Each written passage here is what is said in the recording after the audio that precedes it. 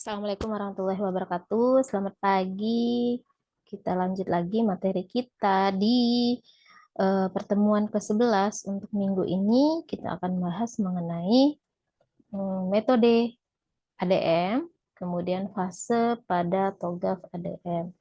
ADM ini adalah arsitektur development method ya, di mana seperti kita ketahui bagian yang paling penting di dalam framework TOGAF itu adalah ADM-nya atau arsitektur development method, di mana isinya nanti ada banyak fase-fase yang terjadi ketika kita ingin merancang sebuah arsitektur perusahaan menggunakan framework TOGAF. Nah, pembahasan yang akan kita bahas kali ini adalah eh, yang pertama mengenai lapisan arsitektur enterprise TOGAF. Kemudian yang kedua kita akan bahas mengenai arsitektur development methodnya atau ADM-nya, dan yang ketiga adalah fase-fase yang ada di framework TOGAF tersebut. Nah, ini yang akan kita bahas pada pertemuan ke-11 ini. Nah, ini adalah materi di awal kita sudah membahas mengenai ada lapisan arsitektur enterprise, di mana ada 4 arsitektur yang terjadi ketika kita ingin menerapkan sebuah arsitektur enterprise. Yang pertama adalah arsitektur bisnis. Kemudian ada arsitektur data, arsitektur aplikasi, dan arsitektur teknologi. Nah, 4 arsitektur inilah yang akan membangun sebuah arsitektur enterprise ya. Kalau kita lihat dari penggambarannya ini, kita lihat cara membacanya, kita mulai dari pertama ya, proses bisnis dan aktivitas organisasi menggunakan data. Ya, menggunakan data yang harus dikumpulkan, dikelola, diamankan, dan didistribusikan menggunakan aplikasi, baik itu aplikasi custom ataupun generik, yang berjalan di atas teknologi, seperti infrastruktur, sistem, dan jaringan komputer. Jadi 4 arsitektur inilah yang akan membangun sebuah arsitektur enterprise, yaitu arsitektur bisnis membutuhkan data, yaitu arsitektur data. Kemudian data digunakan pada aplikasi, kemudian aplikasi ini bisa berjalan di atas arsitektur teknologi. Jadi 4-4 ini saling berkesinambungan. Nah, kalau kita lihat di sini, ya, layering tadi ataupun kita sebut katakanlah sebuah domain ya, business data application dan information, atau information ini sama dengan teknologi ya. Nah, ini adalah domain-domain yang ada di arsitektur enterprise. Kita lihat dari sisi arsitektur bisnis atau bisnis arsitektur, ini nanti menjelaskan proses bisnis ya, organisasi ini bisnis ya, proses bisnis, organisasi, dan sumber daya manusia untuk memenuhi visi dan misi. Kemudian ada data arsitektur, ini nanti menjelaskan bagaimana data perusahaan dihasilkan, diatur, dan diakses. Kemudian nanti ada yang namanya application arsitektur, ini adalah memproses bagaimana aplikasi dirancang dan berinteraksi satu dengan yang lainnya. Dan yang terakhir, technical atau teknologi arsitektur, ini menjelaskan infrastruktur, baik hardware dan software yang mendukung aplikasi untuk berjalan dan berkomunikasi. Jadi 4 domain ini yang paling penting ketika kita ingin merancang sebuah arsitektur enterprise. Mulai dari bisnis arsitektur, apa proses bisnisnya, kemudian data, bagaimana datanya diakses ataupun dihasilkan, application, bagaimana aplikasinya dirancang, dan technical, seperti apa infrastruktur hardware dan softwarenya. Selanjutnya kita akan lihat mengenai ADM atau Architecture Development Method. Ini adalah metode-metode dalam pengembangan arsitektur. Ini yang paling sering kita lihat, apalagi ketika kita menerapkan atau merancang menggunakan framework TOGAF. Di beberapa kali pertemuan kita sudah menyinggung ini ya, masalah Architecture Development Method atau ADM ini. Di sebelah kanan ini adalah penggambaran daripada framework TOGAF-nya, yaitu TOGAF ADM namanya, di mana ada beberapa fase yang digunakan. Nah, sebenarnya apa sih ADM itu? Nah, ADM itu adalah elemen kunci. Core-nya lah ya artinya ya. Elemen kuncinya di mana nanti eh, memberikan gambaran spesifik untuk proses pengembangan arsitektur enterprise. ADM ini adalah fitur yang paling penting untuk bagaimana caranya perusahaan tersebut mendefinisikan kebutuhan bisnisnya, kemudian dia membangun arsitektur spesifik untuk memenuhi kebutuhan tersebut. Atau kita katakan bagaimana kebutuhan bisnis diselaraskan dengan teknologi yang akan dibuat atau IT infrastruktur yang akan dibuat. Jadi kalau kita lihat dari penggambaran ini adalah penggambaran framework TOGAF, di mana dimulai dari preliminary, kemudian ada beberapa fase, dimulai dari fase A, B, C, D, E, F, G, H, sampai dengan di bagian requirement management. Nah, ada tahapan bisnisnya, kemudian ya tahapan bisnis itu dimulai dari fase arsitektur vision, kemudian bisnis arsitektur, kemudian ada yang IT ini termasuk information system arsitektur dan teknologi arsitektur, kemudian ada planning dan ada yang change atau perubahan ya. Atau istilahnya ada beberapa hal yang harus kita lakukan atau mitigasi atau melihat bagaimana manajemen risiko yang terjadi ya. Nah, ini di sini. Nah, ini adalah fase-fase ADM TOGAF. Tadi dari gambar yang tadi kita coba detailkan apa saja sih yang harus dilakukan ketika menerapkan atau merancang arsitektur enterprise menggunakan framework TOGAF, dimulai dari preliminary, ini berhubungan dengan perumusan kerangka dan prinsip penerapan IT-nya, ya, preliminary, merumuskan ya, kenapa sih kita harus pakai framework TOGAF, kenapa sih kita harus merancang arsitektur enterprise-nya, nah di sini. Kemudian ada beberapa fase yang digunakan,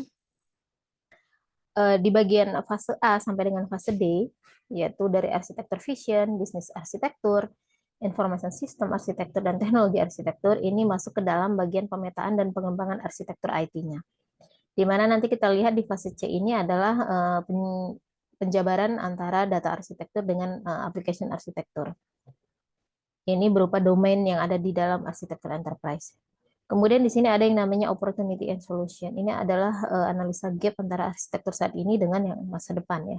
Ada namanya opportunity, kesempatan. Dan ada namanya sebuah solusi bagaimana yang harus dilakukan perusahaan ketika ingin merancang sebuah arsitektur perusahaan tersebut.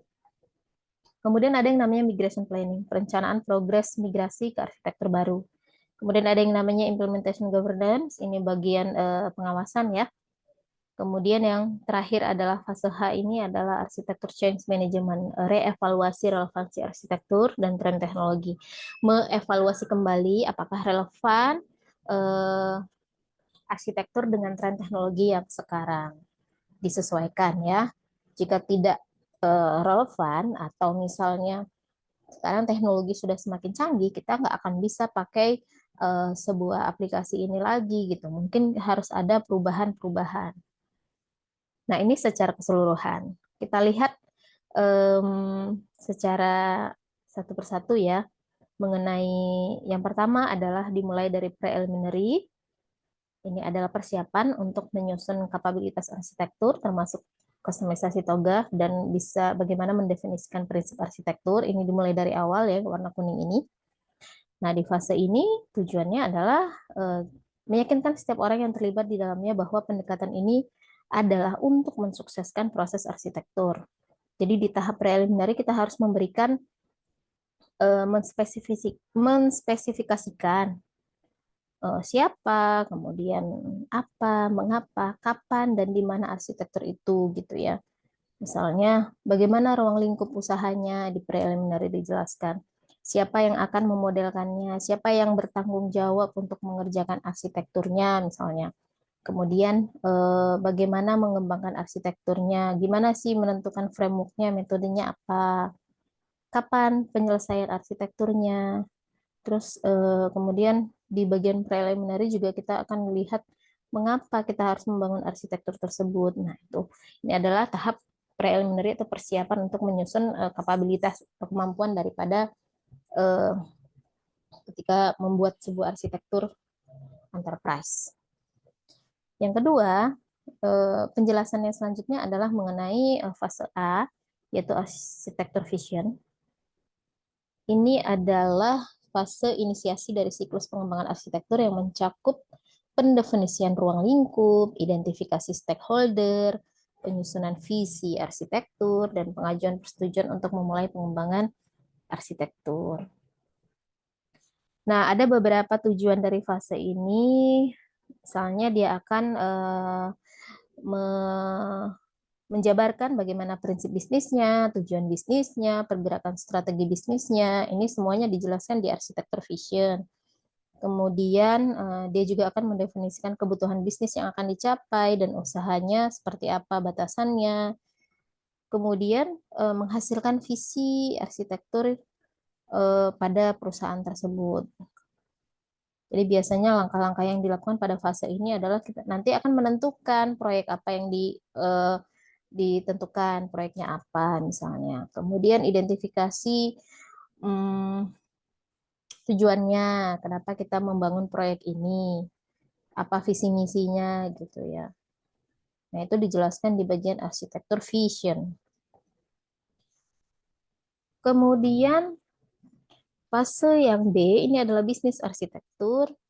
Ini mencakup pengembangan arsitektur bisnis untuk mendukung visi arsitektur yang disepakati. Kita sudah mensepakati visinya di awal, yaitu di fase A, kemudian di fase bisnis arsitektur, ini adalah bagaimana caranya mendukung ya visi arsitektur yang disepakati. Nah, pada tahap inilah kita akan menggunakan tools ataupun metode untuk pemodelannya. Misalnya, kita uraikan deskripsi arsitektur bisnisnya seperti apa, bagaimana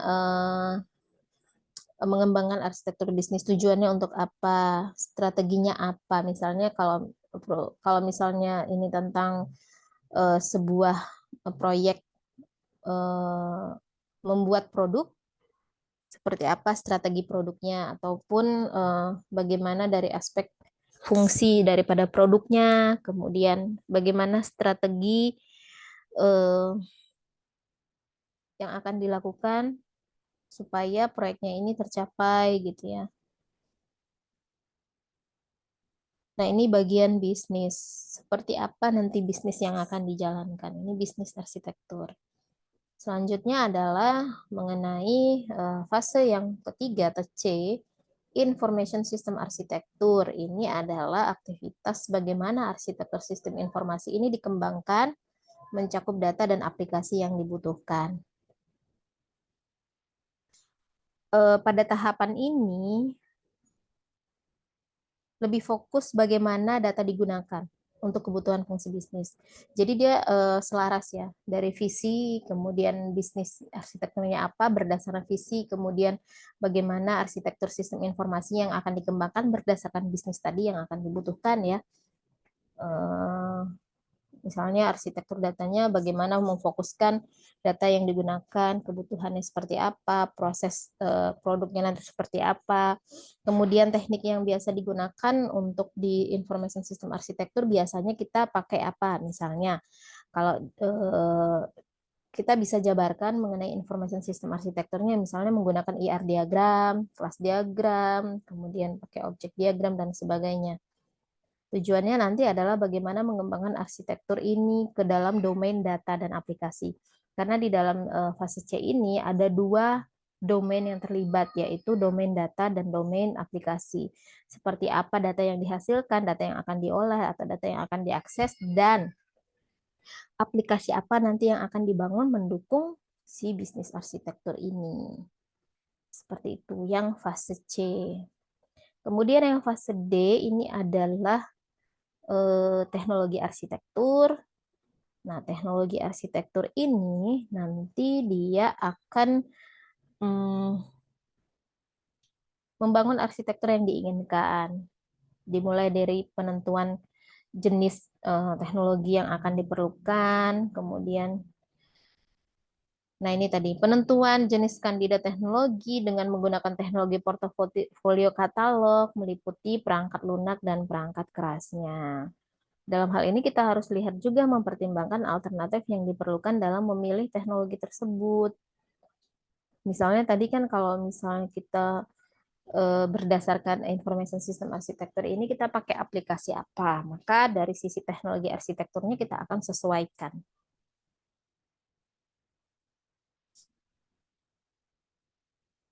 Yang selanjutnya adalah fase E, ini adalah opportunity and solution.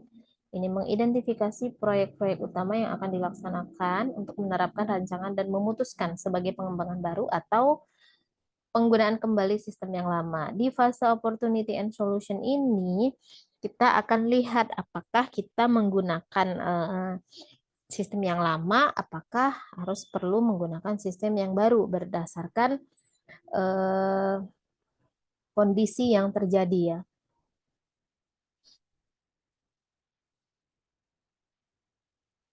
Nah, pada fase ini juga akan direview mengenai gap analisis yang sudah dilaksanakan ya di fase tadi yang D ya.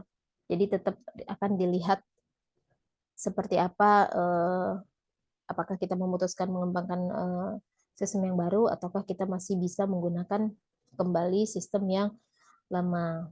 Tujuan dari fase ini, fase E itu adalah mengevaluasi dan memilih pilihan implementasi apakah sesuai dengan targetnya atau tidak. Kemudian selanjutnya adalah di fase F, ini adalah migration dan planning. Ini merupakan analisis resiko, biaya dan manfaat untuk memilih proyek implementasi yang bervariasi menjadi urutan prioritas. Pada fase ini kita akan lihat apakah penting gitu ya. Apakah penting? Tujuan dari fase ini adalah untuk memilih proyek implementasi urutan prioritasnya sudah ada manfaatnya enggak gitu. Kemudian dari sisi biayanya bagaimana? Nah, biasanya pada migration and planning ini aktivitasnya mencakup penafsiran biaya, manfaat, kemudian dari proyek migrasi yang bervariasi, kemudian misalnya nih dari sisi migrasi, apakah ternyata kita harus melakukan migrasi data misalnya, worth it nggak gitu, atau bermanfaat nggak ketika kita melakukan migrasi, atau ternyata kita tidak perlu melakukan migrasi, kita pakai aja yang lama misalnya, tetapi dicek kembali resikonya seperti apa ketika kita menggunakan sistem yang lama dibandingkan dengan sistem yang baru gitu kan. Nah, ini dijelaskan di fase F, migration and planning. Selanjutnya adalah di fase G, ini adalah implementation governance. Ini mencakup pengawasan terhadap implementasi arsitektur ya. Nah, ini nanti akan dilihat namanya mengawasi ya, berarti apakah tepat sistem yang sedang diimplementasi dan dideploy ini apakah sudah sesuai, itu kan namanya diawasi ya. Kemudian apakah cocok dengan arsitektur yang didefinisikan di awal, atau apakah artinya sudah sesuai atau tidak gitu. Ini dari implementation governance, pengawasan. Kemudian yang fase H, yang terakhir adalah arsitektur change management. Ini mencakup penyusunan untuk mengelola perubahan ke arsitektur yang baru. Nah, biasanya di fase ini nanti akan adanya yang namanya perubahan dan bagaimana memanage perubahan tersebut. Kemudian bagaimana, nah dari sisi tadi ya yang saya katakan ketika kita melakukan perubahan ya, melakukan perubahan, kadang-kadang ada yang setuju, ada yang tidak setuju. Nah, gimana caranya supaya tidak terjadi perselisihan mengenai perubahan-perubahan ini.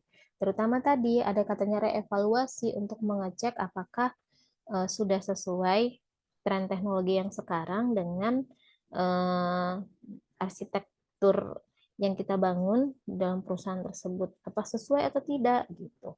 Nanti di fase H ini yang ada namanya change managementnya, misalnya tadi kalau di awal kita melakukan contoh ya, misalnya Perusahaan di sini adalah katakanlah sebuah universitas atau perguruan tinggi. Ketika sebelum pandemi, kita sudah sangat nyaman sekali untuk melakukan proses belajar mengajar secara offline atau tatap muka. Nah, pada saat terjadi pandemi, ini ada yang namanya change management, perubahan kan. Mau nggak mau, dari sisi arsitektur change management harus ada yang namanya reevaluasi untuk mengecek apakah sesuai dengan tren teknologi yang sekarang. Artinya, kita harus sesuaikan dengan kondisi yang sekarang. Oh, sekarang lagi pandemi, kita nggak mungkin bertemu langsung tatap muka, maka kita harus membuat sebuah atau membangun sebuah aplikasi atau katakanlah infrastruktur yang baru untuk mendukung bisnis kita di masa pandemi ini. Jadi ada change management, berubah, terjadi perubahan yang tadinya tatap muka berubah menjadi online dengan memanfaatkan tadi misalnya membangun sebuah sistem e-learning dan sebagainya. Nah, ini adalah di fase H. Dan yang terakhir ini adalah di requirement management-nya. Requirement management ini nanti menguji proses pengelolaan arsitektur requirement sepanjang siklus ADM berlangsung agar sesuai dengan visi dan misinya. Nah, biasanya di requirement management ini dia akan mengecek sepanjang siklus ini dia akan melakukan yang namanya penyesuaian apakah sudah sesuai dengan visi dan misi daripada enterprise atau perusahaan tersebut. Nah, ini yang di tengah-tengah ini ya. Makanya dia selalu terhubung dengan masing-masing fase. Selalu terhubung dengan masing-masing fase ya. Nah, seperti itu mengenai penjelasan fase-fase yang ada pada framework TOGAF ADM. Mudah-mudahan bisa dipahami ya mengenai materi hari ini.